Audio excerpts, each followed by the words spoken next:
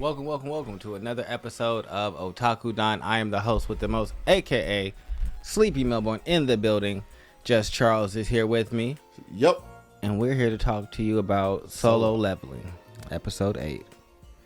Man, let me just get into how I feel about it. We get back into Jinwoo. He doing good. He level 26. Woohoo. Anyway, let's get on to the important thing. Why do they decide to bring back all of the characters that left our boy hanging? Because to bring things full circle. Mr. Song. Mr. Song was 10 toes down, lost an arm, was still willing to follow Jin's instruction because he recognized that, hey, you know what you're doing. I'm listening. I believe in you. Yep. You know what's crazy? If they'd have stayed, they might have all become players. We don't actually know what would have happened. They could have all became players. That's crazy. That they, instead of getting access to this dope ability, becoming players, they decided to not follow God and follow the savior that is Jinwoo. Well, and then abandon him, and then now they back here for another raid. Why is y'all even here if y'all was scary? They might not have all become players. They probably would have all just got some gear and got some money. The reason why, like Jinwoo, the way I always perceived it is Jinwoo staying pretty much was the reason why he became like him almost dying and being willing to put his life on the line for that is the problem. Is the way I perceived it. But I perceived it as them all being willing to put their life on the line and willing to stay. If they had have stayed, it's hey, because the rules were very clear. Show and reverence to God. Then it was the praise God, which was the musical instruments. Yep. Then it was believe in God's grace and everything like that, and that was juxtaposed to the fear that you had of all the things coming in close. But they were standing still while y'all was there looking at it. But no, God had y'all held down. God was like, I'm gonna give y'all all of this grace. Y'all done risked y'all life. Y'all done lost people. Y'all done had sacrifices. Jin's lost a leg. My other dude lost an arm. Like, people have already like been there willing to sacrifice life. So if they just stayed true to the thing, I think they'd all been able to be players. But no, what they decided to do is leave my boy Jinwoo. And now why y'all back for another dungeon if y'all clearly afraid to risk y'all lives? Go home. Because they need the money. I hate people like that. They had already finished really hate They had people already like that. finished the first dungeon, and like it was pointed out that the second dungeon was a risk. But everyone looked at that second dungeon because when stuff like that happens, that's a huge opportunity. And God was like, you could get some real good loot out of this. And so they extensively went in there because they were greedy. And then they got locked in because they were like, oh, this was a trap. But I guess for me, it's like, it's twofold. One, I hate people that do anything just for like, oh, I gotta get some money, so I'm just willing to do the shit that I hate. And I mean, I'm not really gonna commit to. All right, I don't. Cool, whatever. Well, I mean, I feel like when anybody does anything that's absolutely life or death, like diving into a dungeon, you're only doing it because the amount of gains that you get vastly outstrip the amount of That's not true. What, like, they don't get anything outside of the monetary gain for going into dungeons. But that's not true in life or death situations. Like, inside of this situation, they don't level up. They don't gain any experience. True, I understand that. But my issue with them is not that they recognize that this is a valuable situation. You recognize that you don't want to do it for real. And so you keep doing it and keep being willing to be a hindrance and risk other people's lives or sacrifice other people so you can kind of get ahead. That's a real skeezy, slimy way to go about living life. I mean, I can't respect people like that. It's fuck them forever, for real. Like, you were like, hey, I don't want to sacrifice my life. I got a wife and a kid. Hey, I'm traumatized from the dungeon and I'm afraid of going in there. And I've always inside of time to panic. And I've always frozen up inside. No, that's the weird thing. She hasn't. That's not true.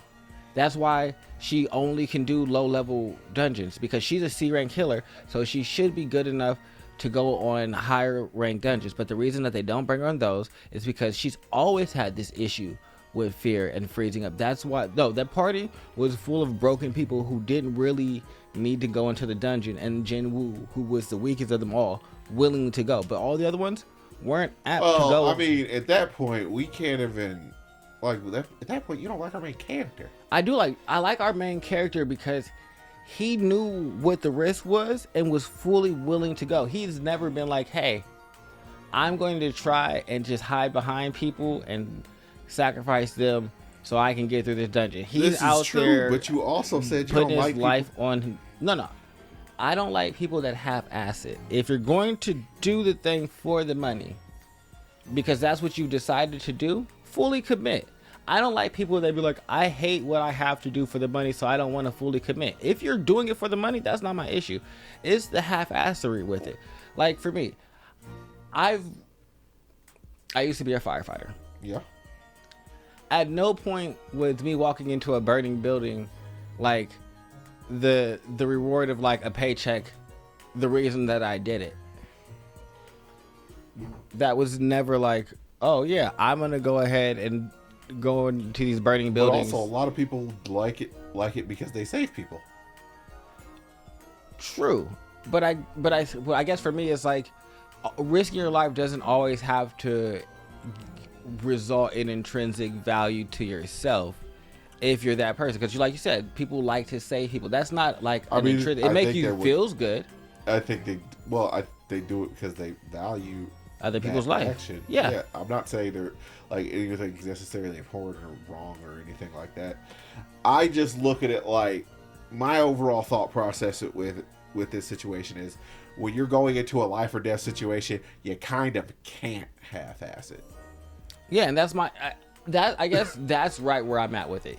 What you said, you can't half-ass it, but we have people who are going into this situation knowing that they're going to half-ass it. You, Miss Lady, know that you freeze up. Know that you can't handle stressful situations. I mean, she literally just had the situation inside of this one. I think you walked down to the room. Her parents were literally telling her, like, yo, you should probably just come home.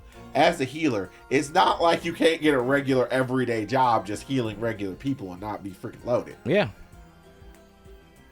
So that's my thing. She has other options. But she's just trying to force herself to be this because this is what she really wants to be. But she's not what she really wired. wants. She wants to do that because she feels like it's her duty, and she sees someone who she ostensibly feels like is below her doing this and trying. I feel like I think you think that situation is a bit more bleak than it really is. I think she sees somebody who is obviously weaker than her trying. She feels like she needs. But that's the issue. But that's the issue. Like that's she feels railroaded. All into that feeling is you looking down on someone. I'm stronger than them, so if they can do it, I can do it. That doesn't mean that. You just perceive yourself stronger because of these levels. So you've already decided that Jinwoo should be able to accomplish anything that you can. That's crazy to me. How can you decide that just because your level is high? Clearly, with your high level, you've still been relegated to these low level missions. It's one of those situations. So you don't have no self-awareness. It's one of those situations where it's the primary problem with anything that's easily measurable. We use that quantifiable thing to therefore like demarcate and separate ourselves. And with that, it leads to misclassification. I would say that there are probably C ranks who can do B rank dungeons just because one, they have a really good C rank ability, or they are very, very capable. Yeah. It's just like, oh, well, you're a C ranker. Why are you inside this B rank dungeon? Well, my swordsmanship and all this other stuff, my reaction time, my training, all this stuff comes together. So the sums come together, the parts come together to be greater than the whole. And I can do this thing easy and be fine. Whereas they're just looking at, you are C rank, thus you can do C rank. And that's the issue. Like, that's the issue with any series like this. That's the issue with anything with levels. Well, see, I guess for me, I put that in real world perspective, and then it makes me disappointed in people because it's like, sure, you're right to a point. It does give people this veiled sense of superiority. But that's the same thing in our world where Oh, yeah. people take certain tests or go to certain colleges or Like the have a one certain test, amount or going to of Harvard. money in their bank account. That was like, oh, I'm in a different level, where those people are usually closed-minded and don't necessarily advance in the same, because they're not networking and building with all people that can provide value regardless of like where you see them at in this current moment. And so I just feel like it's like, They have a sense of entitlement. And yeah, so you're entitled to this level. You feel like it should provide you more than what Jinwoo's level is providing him. And that's what's pushing you forward. It's not your real desire to be a hunter, because that's what you're terrified of. That you would like to live a peaceful life, but you feel like he's pushing himself so hard, I should be as well. Be yourself. And I mean, that's pretty much the marquee of this episode. It was a bunch of people showing the reason why they do particular things. There's a bit of bad luck. We had a swordsman that got awakened as a mage. And I think that's going to be dope for him. well, I don't think you caught it, but remember the blonde girl? Mm-hmm. Yeah, that is his disciple. He trained her, and she's a warrior, if I remember correctly. Yeah. And she's also the girl, if you remember, I think 2 episodes actually ago, there were 3 girls who met up who were talking about the princess from a particular guild. That's her. So, yeah, because she's an S rank. Yeah, she's the secondary S ranker for that guild. Yeah. And then the red-haired dude used to be the red-haired dude. Both of the 2 guild leaders that were talking, they used to be in the same guild before the White Tigers. With another guy. Well, when the White Tigers broke off and created another one. But anywho, make sure you guys like, subscribe, comment below. do all the stuff. Below. Oh yeah. Bye bye.